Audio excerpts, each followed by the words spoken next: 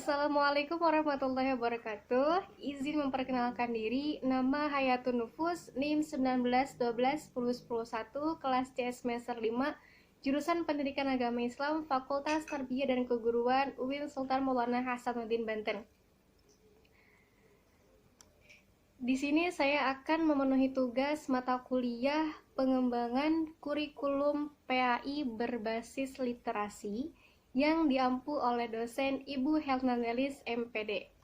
Baiklah, langsung saja. Di sini saya dari kelompok 11 yang akan membawakan tema tentang pengembangan komponen evaluasi dalam kurikulum, di mana ada beberapa submateri. Yang pertama yaitu pengertian evaluasi. Apa sih evaluasi itu? Evaluasi adalah suatu proses identifikasi untuk mengukur atau menilai apakah suatu kegiatan atau juga program yang dilaksanakan itu sudah sesuai dengan perencanaan atau tujuan yang ingin dicapai. Menurut pengertian bahasa, Eccles dan Sedley mengemukakan bahwa kata evaluasi berasal dari bahasa Inggris, yaitu evaluation, yang berarti mengukur atau menilai.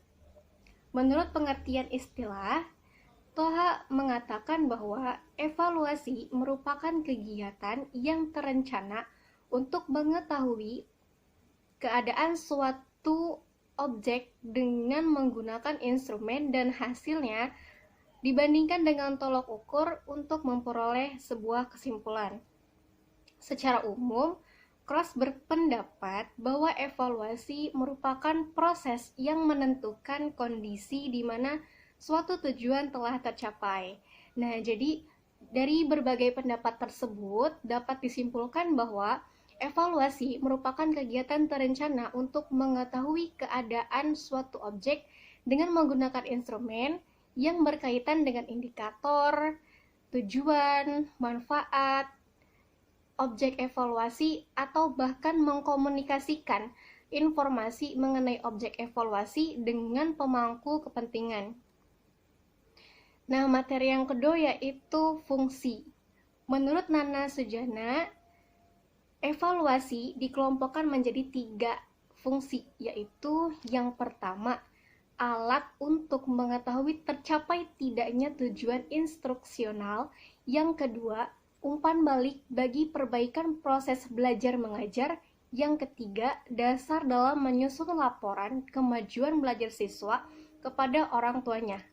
Jadi, fungsi evaluasi itu adalah umpan balik kepada guru dalam proses belajar mengajar dan sebagai dasar dalam penentuan keahlian peserta didik. Nah, selanjutnya peran. Apa sih peran evaluasi itu? Peranan evaluasi secara umum adalah untuk memperbaiki kualitas suatu program yang sedang berjalan atau telah dijalankan. Dalam bidang pendidikan, seperti yang disampaikan oleh Jemari Mardapi, seorang pakar dan praktisi pengukur dan evaluasi nasional, menjelaskan bahwa salah satu cara memperbaiki kualitas pendidikan dalam hal proses pembelajaran adalah melalui perbaikan kualitas evaluasi. Kemudian selanjutnya tujuan. Secara umum, evaluasi bertujuan untuk melihat sejauh mana sih suatu program atau suatu kegiatan tertentu dapat mencapai tujuan yang telah ditentukan.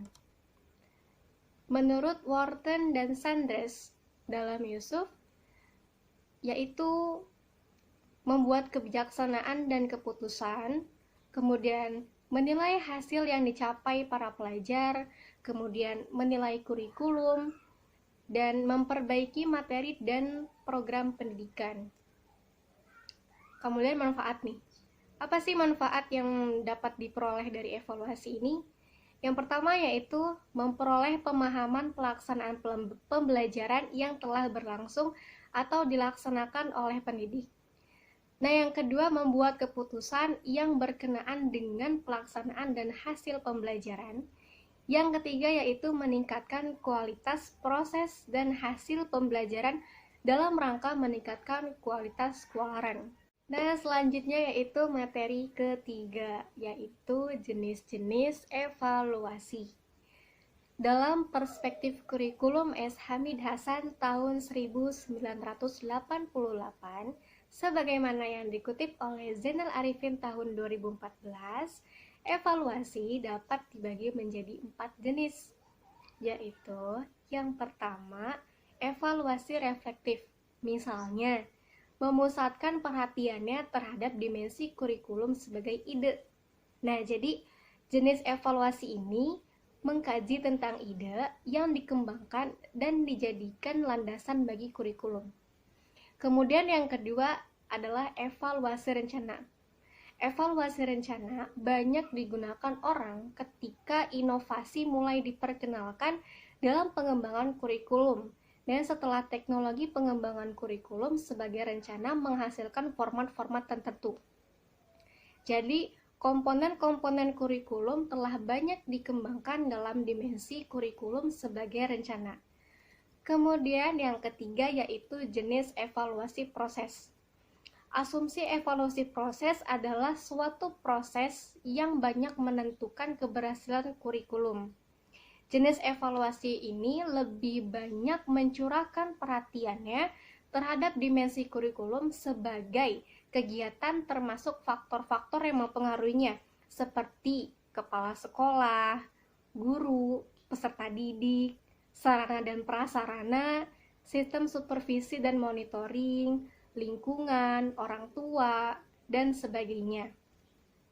Kemudian yang keempat adalah jenis evaluasi hasil, merupakan evaluasi kurikulum yang paling tua. Evaluasi hasil disebut sebagai penilaian hasil belajar. Sekalipun pengertiannya sama, tetapi cakupannya berbeda. Karena hasil yang dimaksud dalam evaluasi hasil adalah hasil belajar bukan hanya yang berkenaan dengan domain pengetahuan, tetapi juga yang berkenaan dengan keterampilan dan sikap.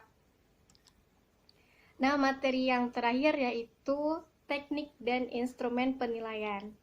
Yang pertama ada teknik tes.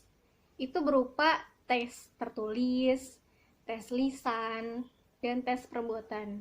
Nah, yang kedua yaitu teknik non-tes, seperti observasi, wawancara, kuesioner atau angket, dan juga checklist atau daftar cek.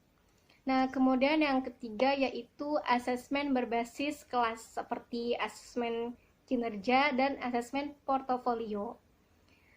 Baik, mungkin itu saja yang dapat saya sampaikan. Kurang lebihnya mohon maaf. Wassalamualaikum warahmatullahi wabarakatuh.